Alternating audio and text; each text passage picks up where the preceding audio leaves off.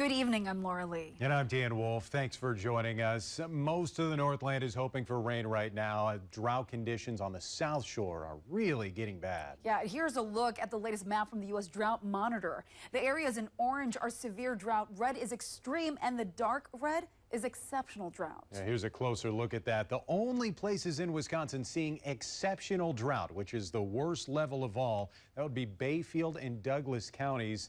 Now leaders are discussing how to prevent wildfire in those rain-starved areas. Northern News Now's Natalie Hepner went to Wisconsin Point in Superior today. She shares how experts say how a controlled fire can actually prevent a dangerous one.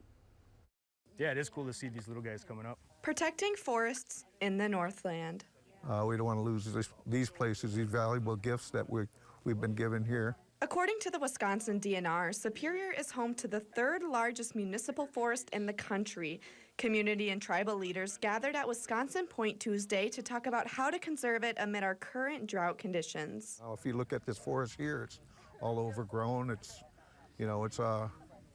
just a time bomb. It's waiting to happen. Sometimes it's going to start on fire, and then when it does, it's not going to be very nice.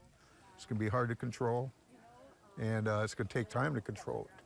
One way leaders are looking to protect forests from wildfires is by sparking a controlled fire. We'd have a lower, cooler fire and clean up the forest floor so it wouldn't be so susceptible to that first spark, that first ignition.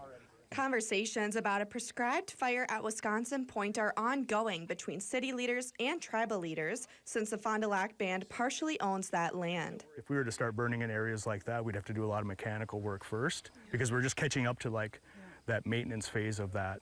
Superior Fire Chief Cameron Volbrecht is hopeful that could start in the next year or two.